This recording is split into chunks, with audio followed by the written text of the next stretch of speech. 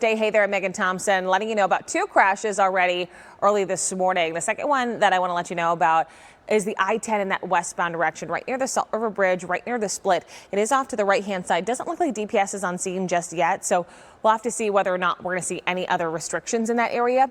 Right now, traffic flows along that Broadway curve area near the split. They look okay. Now, that first crash I mentioned just before the break here was a Loop 101 westbound near Cave Creek Road.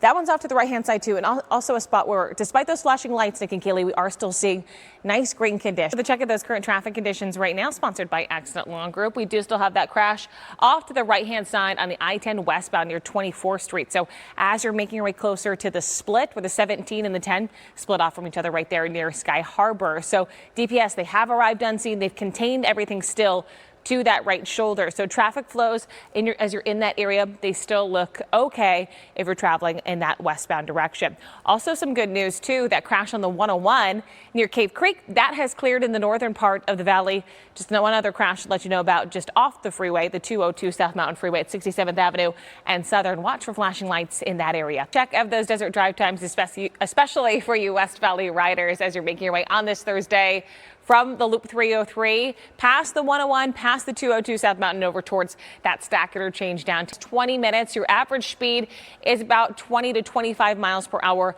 below the speed limit, with a lot of that slowing already stretching back to the 303 and staying pretty consistent as you're making your way into the downtown area. As for the 17 from the North Stack, where the 17 and the 101 meet down towards that Stack interchange, planned for 18 minutes. Your average speed about 15 miles per hour below the speed limit, but no major. And cracking down to help make sure that bicyclists and pedestrians stay safe. That effort comes in response to a rise in these types of crashes within the city. Police tell us they've already made dozens of stops for reckless driving behaviors like speeding, running red lights, and using cell phones while driving. That enhanced safety detail does last through Monday.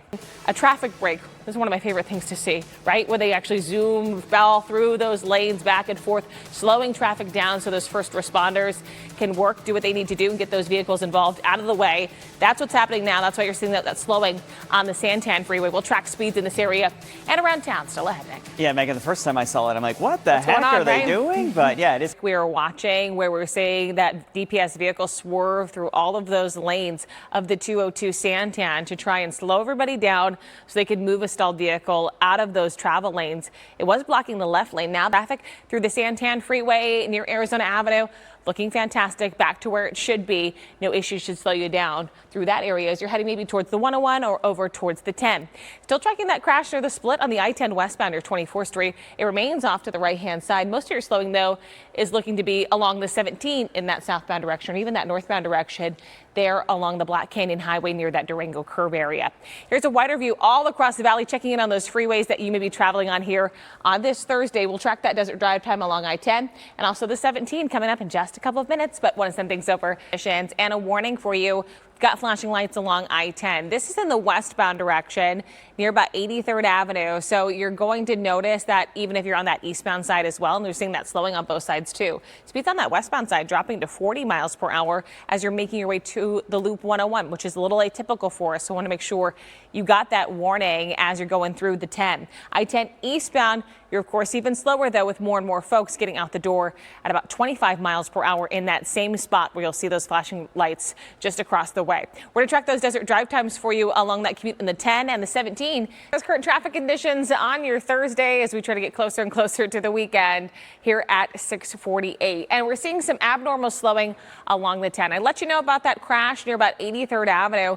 Still seeing it off to the left-hand side, but it does appear to be the reason why we're seeing speeds in that area about 15 miles per hour as you're making your way away from the 202, approaching some of those flashing lights, those brake lights really building in that spot. And then, of course, a similar story on the other side, too, as I promised you a check of that desert drive time from the Loop 303, passing that 101 interchange, passing the 202, heading towards the Stack where the 17 and the 10 meet. Right now, that's 24 minutes. Your average speed is about 30 miles per hour or so below the speed limit. And then that westbound side, seeing that abnormal slowing too. So heads up for you on this Thursday. I-17 southbound from the North Stack where the 17 and the 101 meet down toward the Stack interchange there is 23 minutes. Your average speed is closer to about 40 miles per hour and no major slowdowns until you get closer and closer toward that Stack interchange here this morning.